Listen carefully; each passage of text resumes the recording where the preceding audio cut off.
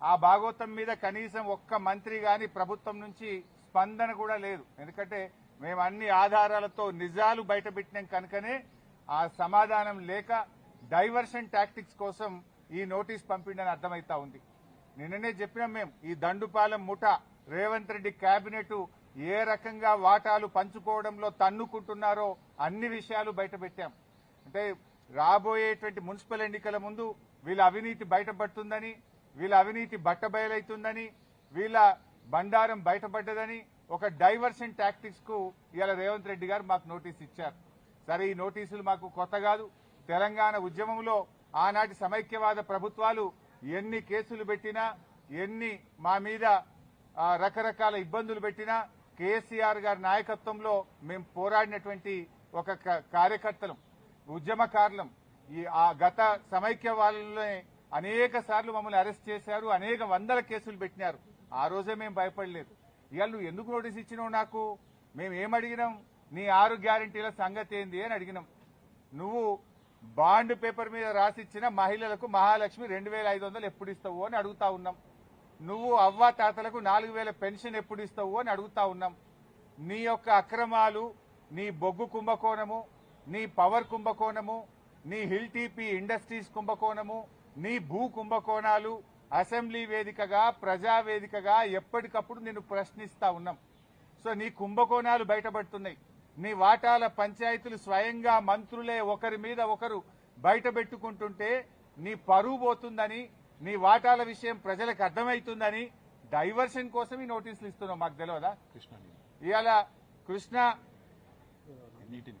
కృష్ణా నీళ్లను ఆంధ్రాకి అప్పచెప్తున్నావు. అదేవిధంగా గోదావరి నీళ్లను ఇవాళ చంద్రబాబు నాయుడు గారి ప్రభుత్వం, ఆంధ్రప్రదేశ్ ప్రభుత్వం గోదావరి నీళ్లను మళ్లించి మరి బనకచెర్లకు, నల్లమల్ల సాగర్ తీసుకుపోతుంటే నీ చేతగాని తనాన్ని ఎప్పటికప్పుడు నిలదీసింది బీఆర్ఎస్ పార్టీ, ప్రశ్నించింది బీఆర్ఎస్ పార్టీ. నీ యొక్క బండారాన్ని బయటపెట్టింది బీఆర్ఎస్ పార్టీ. సో నువ్వు అచేతనం అయిపోయినావు. నీదంతా బయటపడిపోతా ఉంది కనుక ఈ డైవర్షన్ టాక్టిక్స్ చేస్తున్నావు. మాకు తెలియదా? నువ్వు ఎన్నికలకు ఈ డ్రామాలు ఆడుతుంటావు. పంచాయతీ ఎన్నికల ముందు అప్పుడేమో మా కేటీఆర్ గారికి నోటీస్ ఇస్తావు. ఇప్పుడు మున్సిపల్ ఎన్నికలకు రేపో మాపో నోటిఫికేషన్ వస్తుంది కనుక మాకు నోటీస్ ఇస్తా ఉన్నావు. నీ సంగతి తెలియదు ఏముంది? మొన్న పంచాయతీ ఎన్నికల ముందేమో రైతు బంద్ వేసినావు. ఇప్పుడు యాసంగి పంటకు ఎందుకు రైతు బంద్ వేస్తలేవు? పంచాయతీ ఎన్నికలు లేవు. కేసీఆర్ గారు ఎప్పుడైనా డిసెంబర్ నుంచే రైతు బంద్ స్టార్ట్ చేసిండు. జనవరి అయిపోయినా రైతు బంద్ పడతలేదు. పంచాయతీ ఎన్నికల ముందేమో బతుకమ్మ చీరలు ఇచ్చినావు, మహిళలకు వడ్డీ లేని రుణం ఇచ్చినావు, రైతు బంద్ ఇచ్చినావు. ఇప్పుడు మున్సిపల్ ఎన్నికలు వచ్చినాయి, ఊర్లో నిడిచిపెట్టిండు, రైతు బంద్ ఎగ్గొట్టిండు. ఇప్పుడు ఇయాలటి నుంచి పట్టణాల్లో బతుకమ్మ చీరలు వస్తారట, ఇయాలటి నుంచి పట్టణాల్లో మహిళలకు వడ్డీ లేని రుణం ఇస్తారట. ఇగో ఇవాళ మాకు ఈ నోటీస్ ఇచ్చి మమ్మల్ని ఎంగేజ్ చేసే ప్రయత్నం. అంటే పొలిటికల్ గా బీఆర్ఎస్ పార్టీ థ్రెట్ గా ఆయన ఫీల్ అవుతా ఉన్నాడు. పంచాయతీ ఎన్నికల్లో రేవంత్ రెడ్డి అంచనాలు తప్పినాయి. 40% సర్పంచులు గెలిచి బీఆర్ఎస్ పార్టీ అద్భుతమైన విజయాన్ని సాధించింది. దాంతో ఆయనకు దిమ్మ తిరిగిపోయింది. ఈ మున్సిపల్ ఎన్నికల్లో కూడా మళ్లీ బీఆర్ఎస్ పార్టీ బలమైనటువంటి ప్రత్యర్థిగా ఉంది కనుక ఈ డ్రామాలన్నీ షురూ చేసిండు. చీరలు పంచి ఎన్నికలు వచ్చినాయి కనుక చీరలు పంచుతా, వడ్డీ లేని రుణం పంచుతా అని డ్రామాలు స్టార్ట్ చేసిండు. మాకు ఈ నోటీస్ ఇచ్చి ఫోన్ ట్యాపింగ్ కేసులో ఏదో ఉంది అనేటువంటి ఒక క్రైమ్ సినిమా సీరియల్ లెక్క నడుపుతా ఉన్నాడు. 2 ఏళ్ల నుంచి డ్రామాలు ఆడుతున్నావు. ఆల్రెడీ నువ్వు గతంలో నా మీద ఫోన్ ట్యాపింగ్ కేసు పెడితే హైకోర్టు కొట్టేసింది, సుప్రీంకోర్టు కూడా కొట్టేసింది. నీ చెంప చెల్లుమనే విధంగా తీర్పు ఇచ్చింది. నువ్వు పెద్ద పెద్ద అడ్వకేట్లను, రాష్ట్ర ప్రభుత్వ డబ్బులను, కోట్లాది రూపాయల డబ్బులు ఖర్చు పెట్టి పెద్ద పెద్ద న్యాయవాదులను పెట్టినావు నా మీద. ఎంత పెద్ద న్యాయవాదులను పెట్టినా న్యాయం నా వైపు ఉంది గనక, మేం తప్పు చేయలేదు గనక, ధర్మం మా వైపు ఉంది గనక హైకోర్టులో మేము గెలిచాం. సుప్రీంకోర్టు కూడా నీ చెంప చెల్లుమనే విధంగా నువ్వు స్పెషల్ లీవ్ పిటిషన్ వేస్తే కూడా కొట్టివేసింది. న్యాయం నిలబడ్డది, ధర్మం నిలబడ్డది. అయినా నువ్వు మళ్లీ పిలుస్తున్నావు. సుప్రీంకోర్టే కొట్టేసి ఇంకా మళ్ళీ పిలుచుడేంది డ్రామా? ఏంది డ్రామా? ఎన్ని రోజులు ఈ డ్రామా నడుపుతావు? 2 సంవత్సరాలు దాటిపోయింది.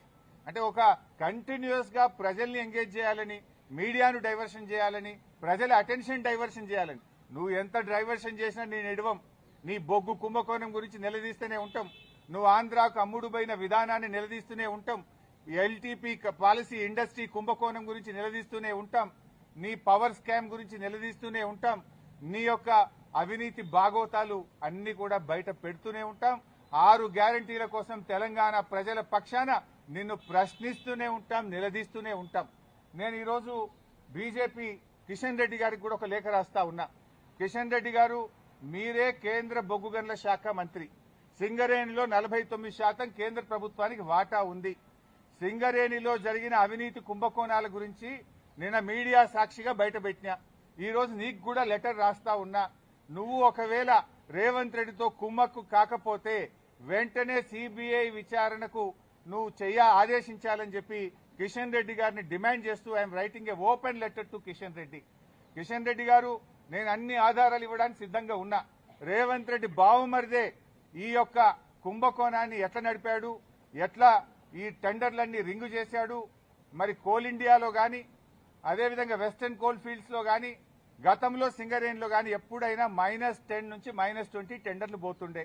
ఈ సైట్ విజిట్ సర్టిఫికేట్ పెట్టిన తర్వాత మరి ఎవరెవరు టెండర్లు వేస్తున్నారో తెలిసి రేవంత్ రెడ్డి బావుమరిది ఆ కాంట్రాక్టర్లను బెదిరించి వాళ్ళు ఏ రకంగా ప్లస్ టెండర్లు ఆయన పొందిండు టెండరు, ఆయన ఎవరనుకుంటే వాళ్ళకి టెండర్ వస్తుంది, ఎవరనుకుంటే వాళ్ళకి సైట్ విజిట్ సర్టిఫికేట్ వస్తుంది. 9E బ్లాక్ ఒక్కటే రద్దు చేయడం కాదు, ఈ టెండర్లు రద్దు చేయాలి. దీని మీద సిబిఐ విచారణ జరపాలని నేను నిన్న డిమాండ్ చేసిన. ఇలా వ్రాతపూర్వకంగా కూడా కిషన్ రెడ్డి గారికి I'm writing A open letter. దీని మీద వెంటనే బీజేపీ స్పందించాలని, నిజానిజాలు బయటకు తీయాలని, ఈ దొంగల్ని అరెస్ట్ చేయాలని, ఈ అవినీతి సొమ్మును కక్కించాలని, ఈ రాష్ట్రానికి సింగరేణి కార్మికులకు జరుగుతున్న నష్టాన్ని మరి బయటకు తీయాలని చెప్పి మేము డిమాండ్ చేస్తా ఉన్నాం. ఎందుకంటే సింగరేణి డబ్బుతో రేవంత్ రెడ్డి ఫుట్బాల్ ఆడుతున్నాడు. 100 కోట్ల రూపాయల సింగరేణి డబ్బులను తన షోకుల కోసం ఖర్చు పెడుతుంటే ఎందుకు కిషన్ రెడ్డి గారు మౌనంగా ఉంటున్నారు, ఎందుకు బీజేపీ మౌనంగా ఉంటుందని కూడా నేను ప్రశ్నిస్తా ఉన్నా. అన్ని బయటకు రావాలంటే సిబిఐ విచారణ జరపాలని డిమాండ్ చేస్తున్నాం. సో మేము తప్పు చేయలేదు. నిన్న రాత్రి నోటీస్ ఇచ్చినా, రాత్రే హైదరాబాద్కు వచ్చినాం. ఈ రోజు న్యాయ వ్యవస్థ మీద గౌరవం ఉంది, చట్టాన్ని గౌరవిస్తాం కనుక వారు చెప్పిన సమయం ప్రకారం మేము హాజరవుతున్నాం. సమయం తీసుకునే అవకాశం ఉంది, కానీ మేము తప్పు చేయలేదు, మేము భయపడాల్సిన అవసరం లేదు. ఏ రకంగా కూడా ఈ కేసుతో మాకు సంబంధం లేదు. ఇది ఒక అక్రమ కేసు. కేవలం బురద జల్లాలని, రాజకీయాలను డైవర్ట్ చేయాలని, అటెన్షన్ డైవర్టేషన్ కోసం రేవంత్ రెడ్డి ఆడుతున్న ఒక సిల్లీ డ్రామా ఇది. రేవంత్ రెడ్డి రాజకీయాల కోసం చేస్తున్నటువంటి ఒక డ్రామా సీరియల్ లాంటిదే తప్ప ఇందులో ఎక్కడ కూడా నిజం లేదు. అందువల్ల మేము ఎక్కడ భయపడం. ఎన్నిసార్లు పిలిచినా వెళ్తాం, ఎక్కడికైనా వెళ్తాం. ఇప్పటికే హైకోర్టు, సుప్రీంకోర్టు ఈ ఫోన్ ట్యాపింగ్ కేసులో రేవంత్ రెడ్డి నన్ను ఇన్వాల్వ్ చేయాలని ఎన్ని ప్రయత్నాలు చేసినా హైకోర్టు కొట్టేసింది, సుప్రీంకోర్టు కొట్టేసింది. మళ్ళీ కొత్త డ్రామా పెట్టిండు.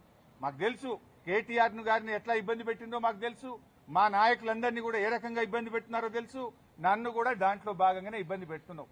మీరెంత ఇబ్బంది పెట్టినా ఉద్యమించిన వాళ్ళం, తెలంగాణ సాధించిన వాళ్ళం. ఈ తెలంగాణ ప్రజలకు అన్యాయం జరిగితే మేము ఊరుకోము. ఈ తెలంగాణ ప్రజల పక్షాన నిన్ను ప్రశ్నిస్తూనే ఉంటాం. తెలంగాణ ప్రజలకు నువ్వు ఇచ్చిన హామీలు అమలయ్యేదాకా నిన్ను ప్రశ్నిస్తూనే ఉంటాం. మీ అవినీతి కుంభకోణాలు బయట పెడుతూనే ఉంటాం. నిన్ను వదిలిపెట్టే ప్రశ్నే లేదు. మాకు తెలుసు రేవంత్ రెడ్డి 3 రోజుల కిందనే ఈ స్క్రిప్ట్ వేసి పోయిండు. ఆయన వరుసగా నోటీసులు ఇవ్వాలని, ఆయన స్విట్జర్లాండ్ లో, ఆయన అమెరికాలో తిరిగొచ్చేదాకా ఈ సినిమా నడపాలి, ఈ నోటీసులు ఇవ్వాలి, వరుసగా నోటీసులు ఇవ్వాలి. రాజకీయాలు ఆయన ఉండలేడు కనుక దీని చుట్టూ తిప్పాలి. బీఆర్ఎస్ నాయకులందరూ మున్సిపల్ ఎన్నికల మీద దృష్టి పెట్టకుండా అటెన్షన్ డైవర్షన్. సంగారెడ్డిలో ఒక ఎమ్మెల్యే మొన్ననే చెప్పిండు, మేము ఉమ్మడి మెదక్ జిల్లాలో కష్టపడి పనిచేస్తే ఒక ఆయన చెప్పిండు మొన్ననే, ఇక నేను మళ్ళీ పోటీ చెయ్యా, ఇక నేను మళ్ళీ ఓటు అడగా అని మా దెబ్బ కొడితే మొన్న ఒక నాయకుడు చెప్పిండు. రేపు కూడా నువ్వు ఎన్ని డ్రామాలు చేసినా ఖచ్చితంగా మెజారిటీ మున్సిపాలిటీలు గెలుస్తాం, ప్రజలతో ఉంటాం. ప్రజల చేత నీకు తప్పకుండా ప్రజలే నీకు బుద్ధి చెప్తారు. మేము మాట్లాడుతున్నది నీ అవినీతి మీద బయట పెట్టినాం, దాని మీద సమాధానం చెప్పు. నీ 6 గ్యారెంటీల గురించి అడుగుతున్నాం, దాని మీదే సమాధానం చెప్పు. సంబంధం లేని కేసుల్లో మమ్మల్ని పిలిచి ఈ డ్రామా ఆడుతున్న వాడు ఎంతకాలం ఆడతావో నీకు సమయం దగ్గర పడ్డది. ప్రజలే నీకు తగిన గుణపాఠం చెప్తారు. తప్పకుండా మేము న్యాయపరంగా ఎలాంటి అవకాశాలు ఉన్నాయో న్యాయపరంగానే ఈ కేసును మేము ఎదుర్కొంటాం. Thank you.